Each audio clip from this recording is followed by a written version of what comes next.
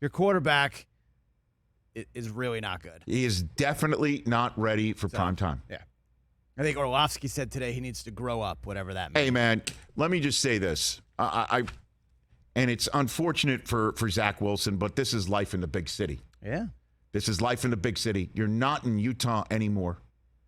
And whatever's going on in his skull about thinking about what he thinks he needs to do in order to be successful, he needs to take that and throw that script out too. Okay? Because what he's got is an incredible arm. I mean, that first touchdown pass that he threw to put the Jets up. Oh, my gosh. In the corner of the end zone. Rifle. I mean, in a small, 3-inch by 3-inch window. I thought that was really good coverage. Bullet. Yeah, it was really nice throw. It was great. Yeah. And in the first half of that game, what he was doing was hitting his back foot and getting rid of it. It's just that when his first read is covered, he's lost. He takes in off space. And then, you heard that from Kurt Warner on this show last week. And you know what the Patriots started to do in the second half of that game? They were going at Garrett Wilson and knocking him on his ass as soon as he got off the line of scrimmage. Matthew Judon did it on one play. Mm-hmm. So it's just like, I don't have my first option. Right. Where am I going now? I know what I'll do. I'll just keep running and running and running around, and I'll try and make a play and force it in somewhere. And instead of throwing it out of bounds, I'll just throw it right to Devin McCourty. That's what I'll do. Jason McCourty, by the way, doing a great job. Good Morning Football. And on Westwood One. But I'll just throw it to Devin McCourty. That's all I'll do. Yeah. And it's not acceptable anymore. And you could sit here and say, well, it's just year two. Rest of the team's kind of taking steps forward. Rest of the team's kind of taking steps forward. Quite a bit.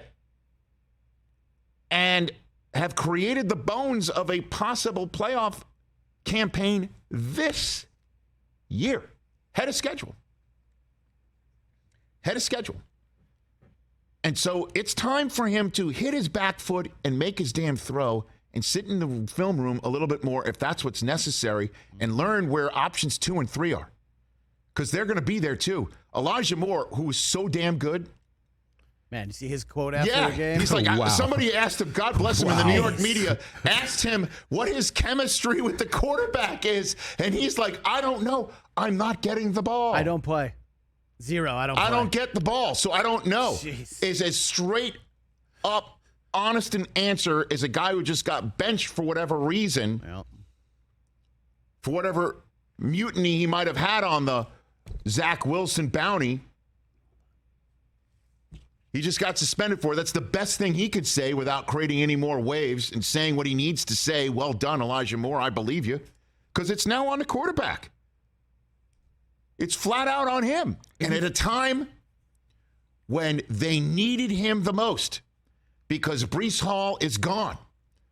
Who's going to fill the playmaking void? Maybe he thinks he's got to be the one to do it, and I'm saying to him he has to be. But the way you do it, Zach, is to know the playbook, know where your receivers are going to be, trust the system, hit your back foot, and use your remarkable talents to zip the ball in there. And if it's not there, know where option 2 is and option 3 is, and you'll find them because you're pretty damn slippery yourself.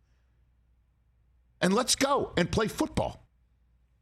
Because the Jets can do it this year. And unfortunately, he can't just sit back. And the Jets are not in the position to just let him cook in the oven and marinate, because they can do it this year. Problem is, here comes the other Bill. Belichick just showed him, you're not ready yet. Just showed him, along with the rest of the Patriots, you can't do it yet the way you're coming to work and trying to do it. I think Daniel Jeremiah said it best. 80% of his plays are trying to be a creator, and 20% are the ones just trying to follow the system, and he needs to flip that. He comes to the mindset of, I've got to create. No, you've got to complete. The problem is after one Bill, the Belichick Bill, came to town and showed him he can't do it yet the way that he's operating in his current operating system. Here comes the other Bill in the division from Buffalo. My goodness gracious. All right.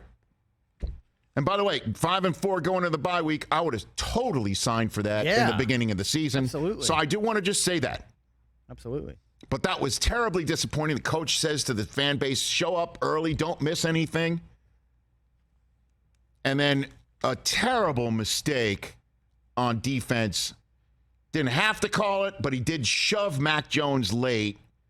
Wiped out a pick six that would have made it 17-3 Jets right before the half. Totally changed the game. And in the third quarter, Belichick came out, and the players came out. As Belichick said, it's the players who win games.